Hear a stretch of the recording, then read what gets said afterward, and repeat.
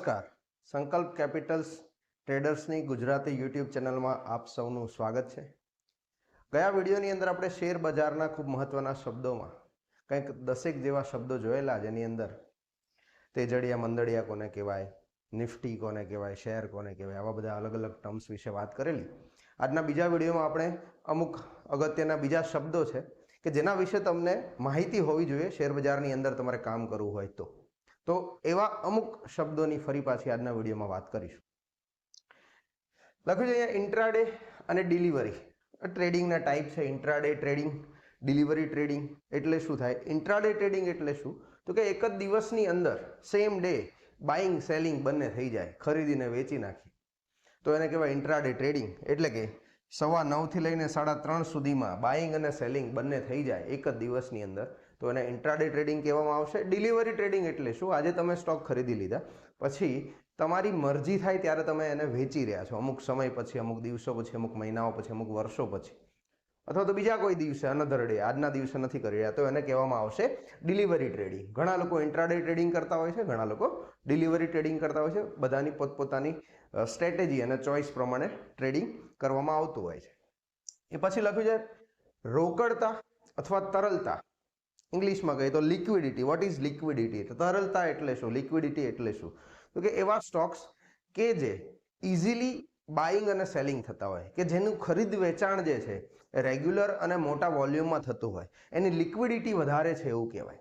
જે સ્ટોક, જે શેરની લિક્વિડિટી ઓછી છે, લિક્વિડિટી ઓછી હોવું, તરલતા ઓછી હોવું એટલે શું? તો કે તમારે આજે એ શેરને વેચવો છે પણ લેનારું કોઈ નથી, અથવા લેનારા બહુ ઓછા છે, વોલ્યુમ ક્રિએટ થતું નથી, તો એની લિક્વિડિટી ઓછી છે એવું કહેવામાં આવશે। એટલે ઘણા બધા ઇન્વેસ્ટર્સ અને મોટાભાગના જે ઇન્ટ્રાડે કે ડિલિવરી ટ્રેડિંગ કરતા હશે, કે જે લોંગ ટર્મ નહીં પણ ટ્રેડિંગ કરતા હશે શોર્ટ ટર્મની અંદર, એ લોકો લિક્વિડિટી સારી હોય એવા સ્ટોક્સને પ્રિફર કરતા હોય છે। તો જો તમે ઇન્ટ્રાડે ટ્રેડિંગ કરવા માંગતા હોય, યા તો તમારે શોર્ટ ટર્મ ટ્રેડિંગ કરો, શોર્ટ ટર્મ ઇન્વેસ્ટમેન્ટ લઈને શોર્ટ ટર્મની અંદર પ્રોફિટ લઈને નીકળી જવું હોય, તો તમે એવા સ્ટોક્સ પસંદ કરો કે જેની લિક્વિડિટી કમ્પેરેટિવલી સારી હોય। એ પછી લખ્યું છે ડિવિડન્ડ, જેને કહેવાય ગુજરાતીમાં લાભાંશ। ડિવિડન્ડ એટલે શું? કંપની ડિવિડન્ડ ક્યારે આપે? કે ઘણી બધી એવી કંપની છે કે જે વર્ષની અંદર એકવાર, બે વાર કે એના કરતાં વધારે વાર ડિવિડન્ડ આપી દે છે। ડિવિડન્ડ છે શું? કોઈ કંપની છે, એને પોતાને થઈ ગયો પ્રોફિટ, પોતે પૈસા પ્રોફિટમાં કમાઈ લીધા, અને એની પાસે હવે એક્સપાન્શન માટેનો કોઈ સ્કોપ નથી, એમના વિઝનમાં કે એમના આગળની પાઇપલાઇનની અંદર એક્સપાન્શન યા તો નવા પ્રોજેક્ટ્સ નથી, તો એવી કંપની શું કરશે? એવી કંપની એ પ્રોફિટને એના જે શેર હોલ્ડર્સ હશે એમની વચ્ચે વહેંચી દેશે અને તમારા ખાતામાં પૈસા આવી જશે। અગર તમે એના શેર લીધા છે તો તમને ડિવિડન્ડ મળ્યું એવું તમે કહો। જેમ કે અહીંયા એક્ઝામ્પલ લખ્યું છે, સ્ટોક કિંમત 232 રૂપિયા હોય અને ટોટલ એને ડિવિડન્ડ રિલીઝ કર્યું 18.5 રૂપિયા પર શેર। કોની વાત થાય છે? વેદાંતાની। અહીંયા તમે દેખાશે તમને કે ટોટલ એને કેટલી બધી વખત એક ફાઇનાન્શિયલ યરની અંદર ડિવિડન્ડ આપેલું છે, એક વર્ષની અંદર ડિવિડન્ડ આપેલું છે। તો ડિવિડન્ડ કંપની ક્યારે આપશે? જ્યારે એની પાસે કોઈ એક્સપાન્શન કરવા માટેનું કોઈ ગોલ યા તો વિઝન નથી, યા તો એ વર્ષે નથી, તો એ વર્ષે ડિવિડન્ડ જાહેર કરી શકે। બીજી અમુક PSUs કંપનીઝ છે અને બીજી ઘણી બધી એવી કંપનીઝ છે કે જેમની પોલિસી એવી હોય કે હર વર્ષે ડિવિડન્ડ જાહેર કરતી હોય અને એમનો ગ્રોથ જે છે એ લોકો સ્ટેટિકલી, મતલબ સ્ટેડીલી મેન્ટેન કરતા હોય, તો એવી કંપની પણ તમને ડિવિડન્ડ આપી શકે છે। કેવી કંપનીમાં ઇન્વેસ્ટમેન્ટ કરાય? ડિવિડન્ડ આપતી હોય એવી કંપનીમાં કે ડિવિડન્ડ આપતી ન હોય એવી કંપનીમાં? એ બધાની પોતપોતાની ચોઇસ છે। જે લોકોને કેપિટલ ગેઇન લેવો છે, એમને એપ્રિસિએશન લેવું છે, એ લોકો એવી કંપની પ્રિફર કરશે કે જે જલ્દીથી ડિવિડન્ડ જાહેર નહીં કરતી હોય, રિલીઝ નહીં કરતી હોય, જે કંપની વધારે ગ્રોથ કરતી હશે, એક્સપાન્શન કરતી હશે। અમુક લોકો એવા હશે કે જે ડિવિડન્ડ પહેલાં ચેક કરશે, ડિવિડન્ડ જોશે અને ડિવિડન્ડ કમાવા માટે ઇન્વેસ્ટમેન્ટ કરશે, તો એ લોકો એવી કંપનીમાં ઇન્વેસ્ટમેન્ટ કરશે કે જે કંપની સારું એવું ડિવિડન્ડ આપતી હોય। એ પછી લખ્યું છે dividend yield। What is dividend yield એટલે શું થાય? તો કે જે પણ તમને પર શેર ડિવિડન્ડ અમાઉન્ટ, જેટલા બી રૂપિયા તમને આપવામાં આવ્યા, ડિવાઈડ બાય એ શેરની કે સ્ટોકની પ્રાઇસ કરો એટલે જે તમને મળે પર્સન્ટેજના ફોર્મમાં, એને કહેવામાં આવશે ડિવિડન્ડ yield। ડિવિડન્ડ yield જેટલું વધારે, ડિવિડન્ડ yieldની અમાઉન્ટ જેટલી વધારે, પર્સન્ટેજ જેટલા વધારે, એવું સૂચવે છે કે કંપની વધારે ડિવિડન્ડ આપવા તરફ ઢળેલી છે, એ કંપનીનો એક્સપાન્શન યા તો ગ્રોથ એટલો વધારે નથી compare to others. Dividend yield જેનું ઓછું હશે, ઘણી અમુક કંપનીઓ તો સાવ ઓછું હશે, તો એ કન્ટિન્યુઅસલી કન્સિસ્ટન્ટલી ગ્રોથ યા તો એક્સપાન્શન કરી રહી છે, એટલે ડિવિડન્ડ નહીં આપતી હોય એવું આપણે સમજી શકીએ. એ પછી નેક્સ્ટ ટર્મની વાત કરીએ, બેલેન્સ શીટ. બેલેન્સ શીટ એટલે ઓલમોસ્ટ બધાને થોડો આઈડિયા તો હશે જ કે એવી શીટ કે જેની અંદર અકાઉન્ટ્સ વિશે તમને આઈડિયા આવે, જેની અંદર કંપનીની અસેટ, કંપનીની લાયબિલિટીઝ અને કંપનીની શેર હોલ્ડર ઇક્વિટીઝ વિશે તમામ ડેટા મેન્શન કરેલો હોય. કંપનીની લાયબિલિટીઝની અંદર જેટલા પૈસા દેવાના આવતા હોય, લાયબલ વસ્તુ હોય, સિક્યોર્ડ હોય, અનસિક્યોર્ડ હોય, લોન હોય, અમુક દેવા હોય, એ બધા લાયબિલિટીઝમાં આવશે. અસેટ્સની અંદર કંપની પાસે જે મૂડી રોકડ પડી રહેલી છે એ આવશે. કોઈ સ્થાવર કે જંગમ મિલકત છે, કોઈ પ્રોપર્ટી છે, ગોલ્ડ છે, સિક્યોરિટી બોન્ડ છે, કાંઈ પણ જે એની એસેટ, એની પ્રોપર્ટીના ફોર્મમાં હશે, બધું એસેટમાં જશે. તો બેલેન્સ શીટ તમે કંપનીની સ્ટડી કરો, એસેટ્સ લાયબિલિટી વિશે વાત કરો, અંદર ડિટેલમાં ચર્ચા કરો, કોઈ જોડે ડિસ્કશન કરો યા તો ડિટેલમાં જોવો એને, તો તમને આઈડિયા આવે કે કંપનીનો ગ્રોથ યર બાય યર કેવી રીતે થઈ રહ્યો છે, યર બાય યર કંપની કેટલો ગ્રોથ કરી રહી છે, એ તમે એની બેલેન્સ શીટ સ્ટડી કરશો તો તમને આઈડિયા આવશે. એ પછી નેક્સ્ટ છે કેપિટલ ગેઇન. કેપિટલ ગેઇન મેળવેલો નફો એટલે અલ્ટિમેટલી શું થાય? કેપિટલ ગેઇન એટલે તમે કોઈ પણ પ્રોપર્ટી, લેટેસ્ટ ટેક એક્ઝામ્પલ લઈ લઈએ, શેર યા તો પ્રોપર્ટી લીધી અને એને પછી જ્યારે તમે વેચવા માટે જાઓ છો એટલે તમને જે અમાઉન્ટ પ્લસ થઈને મળી એને કેપિટલ ગેઇન કહેવાય. કેપિટલ ગેઇન છે બે રીતે કેલ્ક્યુલેશન થાય છે, શોર્ટ ટર્મ અને long term. Long term capital gain કે જે 1 વર્ષથી વધારે સમય માટે તમે એ પ્રોપર્ટીને કે સ્ટોકને કે શેરને લઈ રાખ્યો હોય અને 1 વર્ષ પછી તમે અગર વેચો છો તો એનો જે કેપિટલ ગેઇન તમારામાં આવશે, એનો જે ભાવ વધારો તમારામાં આવશે, એ લોંગ ટર્મ કેપિટલ ગેઇન કહેવાશે. અને શોર્ટ ટર્મ કેપિટલ ગેઇન 1 વર્ષ કરતાં ઓછું અથવા એની બરાબર, 1 વર્ષ અથવા એનાથી ઓછા ટાઈમ પીરિયડ માટે તમે કોઈ સ્ટોક કે શેર ખરીદી રાખ્યો હોય અને 1 વર્ષની અંદર જ તમે એને વેચી રહ્યા હોય અને જે તમને ગેઇન મળ્યો હોય એને કહેવામાં આવશે short term capital gain. Done. એ પછી છે કેપિટલ અપ્રિસિએશન. કેપિટલ અપ્રિસિએશન એટલે શું? અપ્રિસિએશનનો મતલબ જ થાય વધારો. તમે જે પ્રાઇઝમાં સ્ટોક લીધો હશે અને અત્યારે જે એની કરંટ વેલ્યુ છે એ બંને વચ્ચેનો ડિફરન્સ એને કહેવામાં આવશે કેપિટલ એપ્રિસિએશન.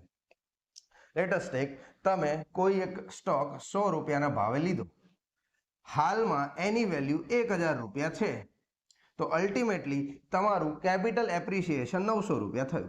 સિમ્પલ.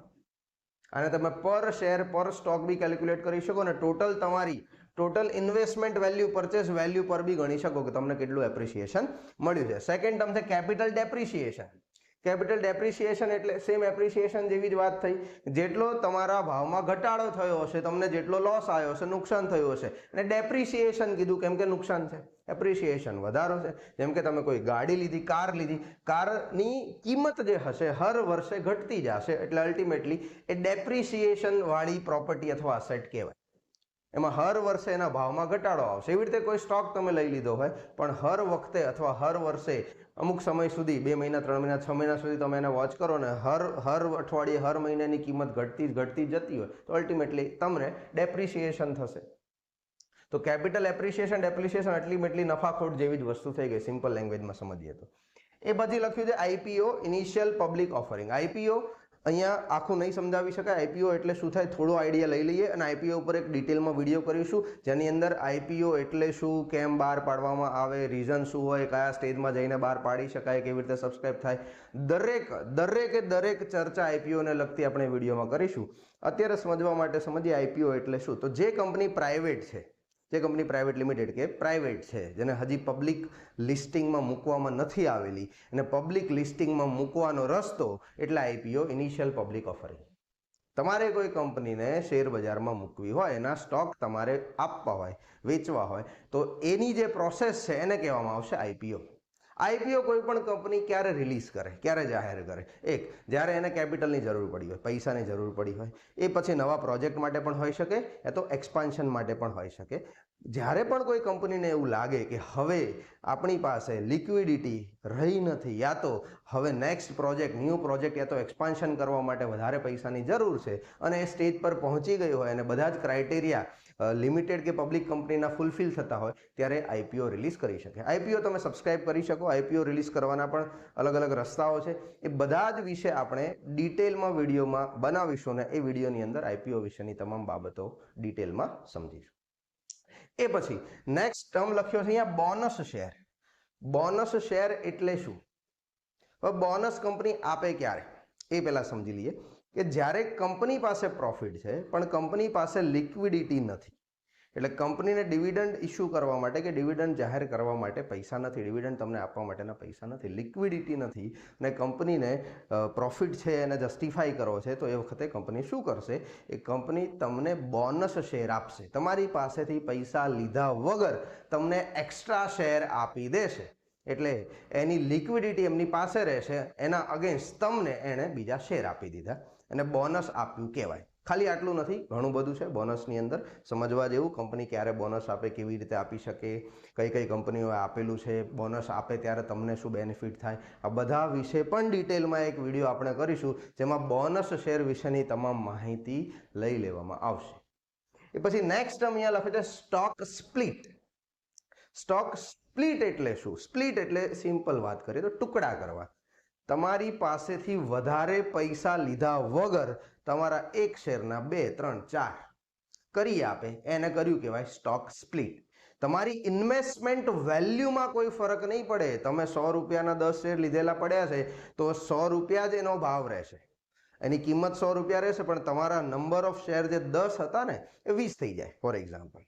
એટલે એક સ્ટોકની એક શેરની પ્રાઇસ જે 10 રૂપિયા હતી એ 5 રૂપિયા થઈ જાય, અડધી થઈ જાય અને નંબર ઓફ શેર ડબલ થઈ જાય. એટલે કે તમારી ઇન્વેસ્ટમેન્ટ વેલ્યુમાં તમને પૈસા વધારે નથી મળ્યા, ઇન્વેસ્ટમેન્ટ વેલ્યુમાં કશો ફરક ન પડે, પણ તમારા નંબર ઓફ સ્ટોક જે છે એ વધી જાય. તો આવું કેમ કરવામાં આવે છે? આનું કારણ શું? તો સ્ટોક સ્પ્લિટ કરવાથી માર્કેટની અંદર એની લિક્વિડિટી વધી જાય.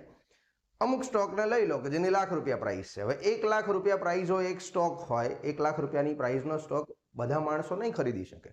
લિક્વિડિટી વધારવા માટે શું કરવામાં આવે? એને 2 ગણા, 3 ગણા, 4 ગણા કરી દેવામાં આવે, જેથી એની પ્રાઇસ જે હશે એ અડધી યા તો ત્રીજા ભાગની યા તો ચોથા ભાગની થઈ જાય. તો માર્કેટમાં ખરીદ વેચાણ કરવાવાળા લોકોની સંખ્યા મોટી થઈ જાય, લિક્વિડિટી વધી જાય. એટલા માટે સ્ટોક સ્પ્લિટ કરવામાં આવે છે. મેં કીધું બોનસ શેરની જેમ જ આ સ્ટોક સ્પ્લિટ વાળો એક વિડીયો પણ ડિટેલમાં કરીશું, જેની અંદર એક્ઝામ્પલ સાથે સમજાવીશું કે કઈ કઈ કંપનીઓ ક્યારે સ્ટોક સ્પ્લિટ આપ્યા છે અને ઇન્વેસ્ટર્સને કેટલો ફાયદો થયો છે. તો સ્ટોક સ્પ્લિટ થાય ત્યારે તમને બેનિફિટ થાય છે કે લોસ, એના પર પણ આપણે ડિટેલમાં એક વિડીયો કરીશું, એની અંદર ચર્ચા કરવામાં આવશે. જો આ વિડીયો તમને હેલ્પફુલ લાગ્યો હોય તો તમારા મિત્રો સાથે, ફેમિલી મેમ્બર સાથે શેર કરજો, આ વિડીયોને લાઇક કરજો અને આ વિડીયોની નીચે કમેન્ટ બોક્સની અંદર બીજા કયા ટોપિક્સ કે ટર્મ્સ ઉપર વિડીયો બનાવવો જોઈએ એ સજેશન આપજો, જેથી કરીને એવા ટોપિક્સને આપણે વિડીયોમાં લાવી શકીએ. જલ્દીથી વિડીયોને એક લાઇક કરી દો અને અમારી ચેનલને સબસ્ક્રાઈબ કરી દો. Thank you. જલ્દીથી મળીશું નવા વિડીયો સાથે. જય હિન્દ, જય ભારત.